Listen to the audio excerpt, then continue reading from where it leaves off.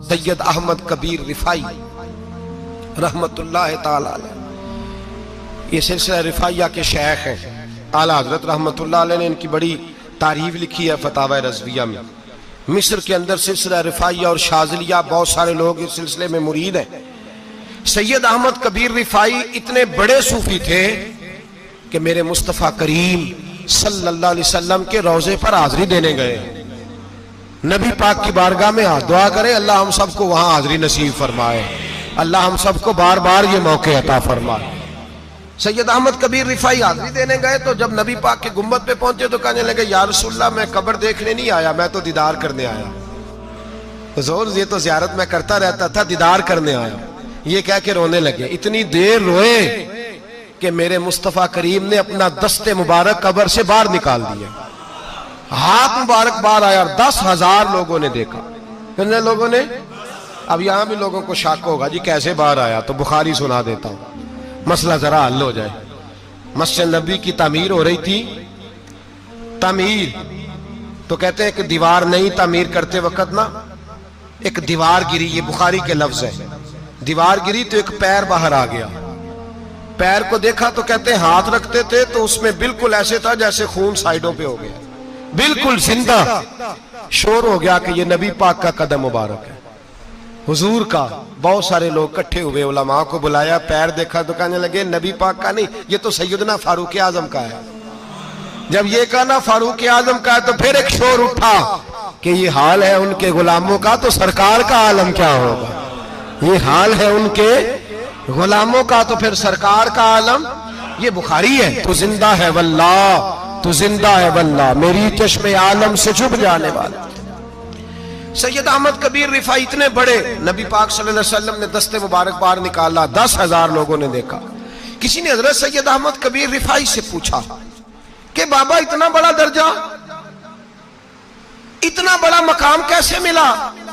तो बाबा जी कहने लगे, जिंदगी में कभी किसी को हकीर नहीं समझा, किसी को कभी हकीर, कभी किसी को अपने से कमतर नहीं समझा। तो अल्लाह ने देखे ना, अगर आप नहीं समझेंगे तो उसके लिए भी आपको उन्वान मिल जाएंगे, और अगर समझना है अपने आप को बड़ा तो उसके लिए भी मौके मिल जाते हैं। हजरत शफीक बल्खी बहुत बड़े सूफी बुजुर्ग हुए, पर नौजवान थे, जवानी में ही अल्लाह ने बड़ा मर्तबा दिया। हजरत अब्दुल्ला बिन मुबारक बूढ़े थे, दोनों एक महफिल में इकट्ठे हुए। अब बगदाद सारा मानने वाला था और दोनों का मानने वाला था। आखिर में दुआ बुजुर्ग कराया करते थे महफिल के इख्तिताम पर। हजरत शफीक बल्खी जनाब अब्दुल्ला बिन मुबारक से कहने लगे, आप दुआ करें, आप दुआ करें, आप बुजुर्ग हैं। अब जिसने जो मानना है उसे उसके लिए उन्वान भी मिल जाएगा। हजरत सैयदना अब्दुल्ला बिन मुबारक कहने लगे, बेटे तू दुआ कर, तेरी उम्र थोड़ी है, तेरे गुनाह भी थोड़े हैं, तेरी उम्र थोड़ी है, तेरे गुनाह भी थोड़े हैं। तो सैयदना शफीक बल्खी कहने लगे, नहीं हुजूर आप दुआ करें, आपकी उम्र ज्यादा है तो नेकियां भी तो ज्यादा ही है ना, नमाजें भी तो आपकी ज्यादा है ना, रोजे भी तो ज्यादा, रमजान भी तो आपकी उम्र में ज्यादा है ना, आज भी तो आपने ज्यादा। अगर आपने किसी को अपने से बड़ा समझना है तो उन्वान आपको मिल जाए, छोटा समझना है तो उसके लिए भी उन्वान आपको। बात तो ये है कि आप क्या करना, अगर आप किसी को हकीर समझना चाहते हैं तो बात खत्म हो गई। सैयद अहमद कबीर रिफाई फरमाते, जिंदगी भर कभी किसी को हकीर नहीं समझा। अल्लाह की सारी मखलूक की क्या बात है। अल्लाह कुरान में कहता है, इन्नल्लाह ला यस्तही अन यदरिबा मसलन मा बऊदतन फमा फौकहा। अल्लाह शर्म नहीं करता कि एक मच्छर की मिसाल बयान करे या उससे भी कमतर। अल्लाह मच्छर की बात करता है इतना बड़ा होके, वो कहता है मैं करूंगा, मेरी मखलूक जो है मेरी तो हजरत अहमद कबीर रिफाई फरमाने लगे, मैंने कभी किसी को हकीर, बोलिए कभी किसी को हकीर। हम लोगों के पास उन्वान बड़े हकीर समझने के लिए, हम समझ लेते हैं। अमीर आदमी कहता है गरीब मेहनत क्यों नहीं करता, मेहनत करे अमीर हो जाएगा। उन्वान हुआ कि ना तनकीद करने का। 4 बच्चे हैं, करें कमाई, अमीर हो जाएंगे। अब वो हकीर समझ रहा है गरीब को, गरीब भी अमीर को हकीर समझता है। वो भी कहता है जो इसने कमाया सारा ही हराम है, जायज एक पैसा नहीं, उसने भी हकीर समझ लिया। यानी वो ये कह रहा है कि मैं हलाल खाता हूं, ये अमीर हराम खाते हैं, तो बात खत्म हो गई। उसने भी हकीर समझ लिया, इसने भी हकीर समझ लिया। अब उन्वान ही था ना, अगर उन्वान बदल लेते तो बात बन जाती। अमीर अगर ये कहता कि मैं इस गरीब की मदद करूंगा, इसलिए कि पैसे मेहनत से नहीं मिलते, खुदा के फजल से मिलते हैं।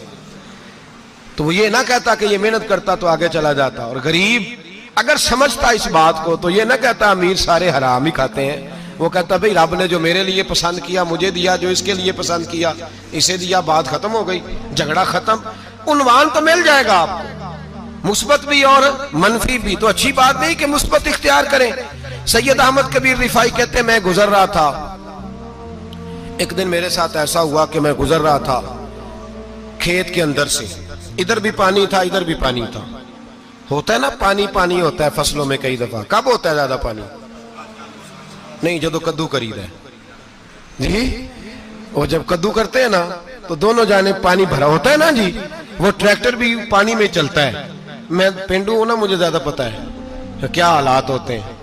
तो वो इधर भी पानी इधर भी पानी, तो दरमियान में से वो मुंडेर होती है छोटी सी, वाटा खीदा अपनी जुबान है। तो कहते इधर भी पानी था इधर भी पानी था। सैयद अहमद कबीर रिफाई कहते हैं मैं गुजर रहा था, असर की नमाज का टाइम हो गया, मैं जल्दी जल्दी जा रहा, सामने से कुत्ता आ गया। इंसान अशरफुल मखलूकात है, लेकिन वो अल्लाह का शुक्र करेगा कि उसने मुझे अशरफ बनाया है। ये नहीं कह सकता कि ये मखलूक हकीर है, ये बुरी है, ये नहीं कह सकता।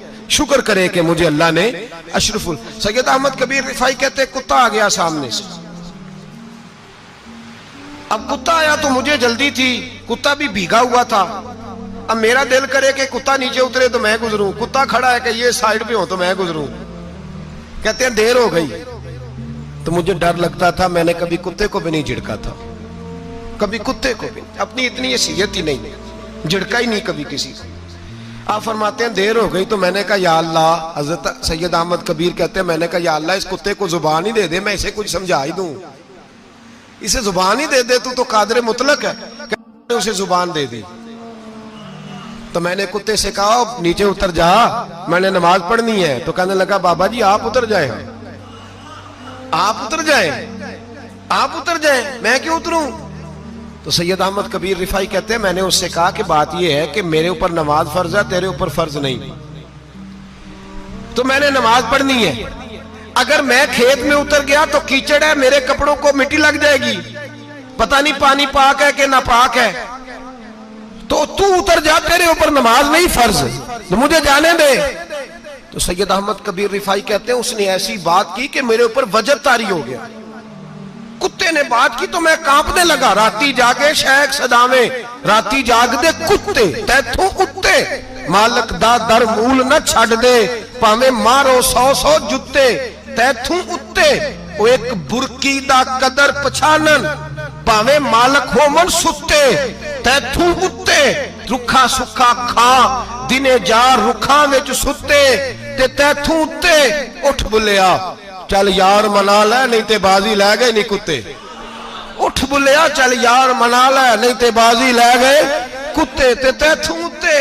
सैयद अहमद कबीर रिफाई कहते हैं वो मुझे कहने लगा आप उतर जाए। तो मैंने कहा भाई मेरे ऊपर नमाज फर्ज है, तेरे ऊपर फर्ज नहीं, तू उतर जा, मेरे कपड़े आलूदा हो जाएंगे तो क्या करूंगा?